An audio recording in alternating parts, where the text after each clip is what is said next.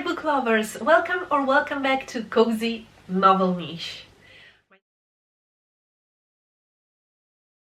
My name is Christina and I'm here today with quite a short, I think, review of a book that I simply adored during these last months.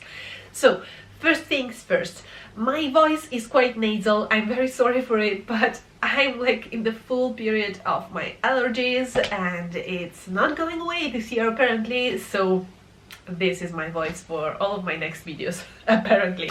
Then secondly, I've not been feeling much, but I've been reading a lot and just the joy of reading really came back this year and I'm so happy about it. I mean, I'm a little bit sad that I'm not filming as much as I usually did, but I'm glad that I'm not doing so while reading more. So you can get it, I think.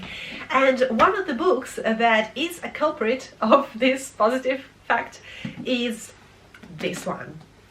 And we're talking about it today.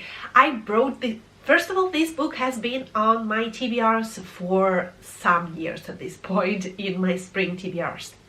And this year I brought it with me for my Paris trip with my mom, and I started reading it the day before I went to Versailles, and it was just the perfect moment for the perfect book.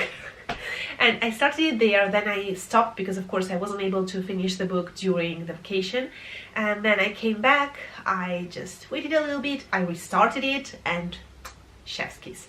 After coming back from Versailles, I had all of these vivid images in my head and it was just perfect. So let's get into the book. This is The Sisters of Versailles by Sally Christie. First of all, I thought that this was the first book in a strictly speaking trilogy. There are 3 books out there from this author on this topic, let's say so, but this book is definitely a standalone. You don't have to read the other ones coming afterwards, and I will explain you a little bit later. So you may consider it as a standalone. It's historical fiction, as you may see from the cover. It is set in Versailles, as you may understand from the title, and this is a historical fiction that is heavily inspired by historical facts. I mean, pretty much all the characters that you see here are historical, really existed characters. So the fiction part is, of course, the dialogues and some of the small things that the author imagined, but the big events are all true to the facts. And this is the most mind-blowing thing about this book. Because this, my dearly fellow readers, how can I describe it to you? It's like watching reality TV, but historically set. I mean, imagine the Kardashians on steroids in Versailles. That's what you get from this book.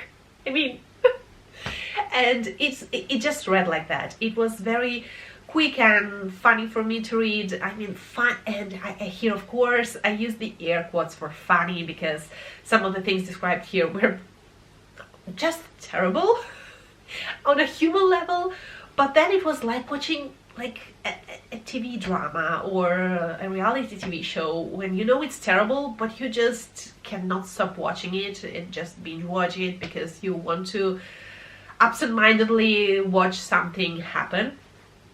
This is like that. It doesn't require you a lot of thought, it's not deeply complicated, but it's entertaining.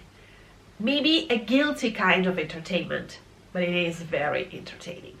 To go into the plot of this book, I will try to tell you as little as possible at the beginning and then I will add more elements to it, but I will warn you so that if you want to know zero about it at the beginning, you can just start here and then I will warn you.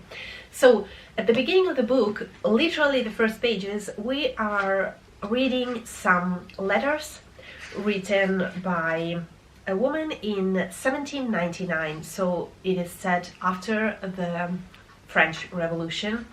And we understand that she is one of the 5 sisters of a noble family, like not very rich, but still a noble family in Paris. And she will be telling us the story of what happened years prior. And we're pretty much following the eldest sister at the beginning of the book of these 5 sisters, the Measle sisters. and she ends up marrying, then working at Versailles, attending to the then Queen Mary Leczinska, I believe. She was Polish, I think.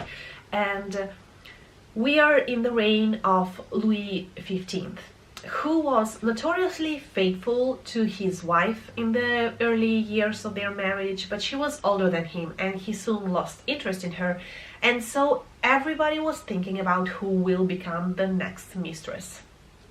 Being the mistress of the king was a huge deal, because the mistress was the one in power, because of course she was able to whisper to the king the right kind of information, and she was able to influence his decisions. So of course everybody wanted to have a say in who will become the next mistress, and our main protagonist ends up becoming the mistress of the king.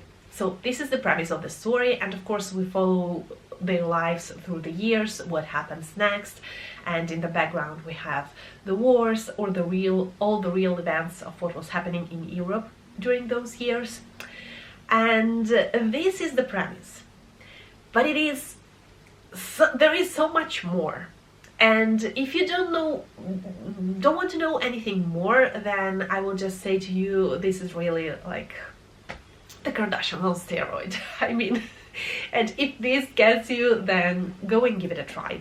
But if you want to know more, and if you're not afraid of a little bit of spoiler, even if speaking of spoiler is strange, because they are very historical events. If you go on Wikipedia, you can actually read the whole plot of this book, but it still doesn't take anything away. Like, on the contrary, it even adds a little bit more to it, because knowing that it's real, like it's real life facts, it's mind-blowing for me. But here we are to the more spoilery part. And the more spoilery part is that the Nizel sisters are very famous historically, because there are 5 sisters, and 4 of them, at least, became mistresses of the same king. Some of them at the same time. Yeah, that's the mind-blowing part. I mean, we start with the first sister, and every sister that is introduced, we follow the events from her perspective for a little bit. There is a lot of epistolary exchanges, so we see the letters that the sisters send to each other, for example. We understand their relationship, they're in their inner circle of sisters, and then their relationship to the king, and why they end up becoming mistresses, with what kind of psychology. Of course, this part is the part where it's fiction. We don't know the motivations and what exactly happened in their heads, but we can imagine. And I think that Sally Christie did a real great job at making each sister very kind of specifically distinctive, with her own mentality and her own way of seeing the events. And their life was actually kind of tragic, because I mean, none of them ended exactly with a happy ending, but you will need to read to discover exactly what happened to each sister. And I mean, it's totally worth it. Something else that I really enjoyed about this book is that it is a historical fiction that is, of course, written in our era, but this doesn't translate into something that usually I dislike a little bit in some historical fictions, and that's to say that the author doesn't force the female characters to be like feminists or against the structure of the world they're living in a way that's too blatantly modern. She actually inserts here and there moments when we understand that the women we're reading about were powerful and were witty, and they knew it, and they still were spinning it and working with it within the society they're living in. So they do not rebel against the society, since it was pretty impossible back at the days, but they are working with it, and I really appreciated it. Like, for an instance, I will give you an example because it's easier probably to understand. We were secure and arrogant in our privilege, never suspecting that things might change, that the accident of birth might not always be the promise it once was. And here, of course, we are speaking about class and about what happened during the French Revolution after that. So then we have this. It was my first independent decision as a grown, married woman, with the permission of my husband, of course. And then again, I am much smarter than he is. but I know that I must never contradict a man or concern him in any way with my wit. So we see that these women are very strong households in their own, but they are not blatantly modern. They just are aware that they can be witty and powerful, and they work with it within the society they are living. So I don't know if I was very clear at making this point, but it's something that bothers me while I read some historical fiction, and some events and thoughts of the character are just so evidently modern and out of character, which is not to say that women back then weren't aware of the situation or they weren't trying to improve it, but sometimes it's a little bit too much, and it really makes you think like the author is trying to modernize the novel a little bit too much. This is not the case, and I really appreciated the way it was written. So yeah, it is a book of 420 pages, and it took me so little to finish it. I enjoyed it so much. Versailles is one of my favorite settings. I mean, I can probably read anything set during the French monarchy period set in Versailles, just because I love the description of the place. I love the romantic aspect of it and the gritty, horrible aspect of it too, because I'm very aware of the duality of what Versailles represented, and I love the clash of these two things.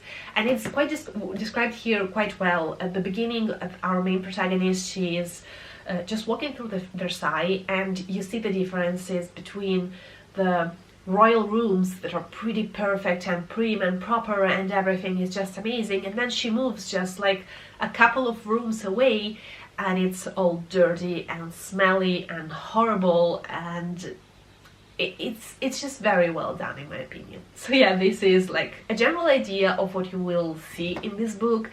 If you won't read the book, if you don't want to read the book, I still suggest you just read about the Nizel sisters and Louis XV, because mind blown. And the reason why this is a standalone and you can finish here is that during this book, this novel, we cover all the lives of the five sisters, and the next two books, which is The Rivals of Versailles and The Enemies of Versailles, are actually books that follow other mistresses of Louis XV, because Louis XV had a lot of mistresses, and I mean a lot. Just watch Wikipedia. Just open Wikipedia and watch how many mistresses he had.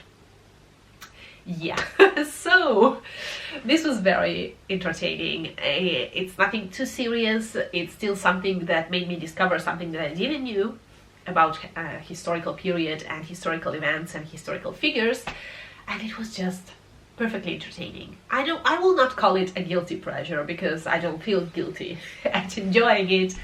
It's just a funny, historical, entertaining book. So if you're looking for something like that, it definitely works in any moment of the year. You don't have to wait for spring. I was waiting for spring just because of the cover.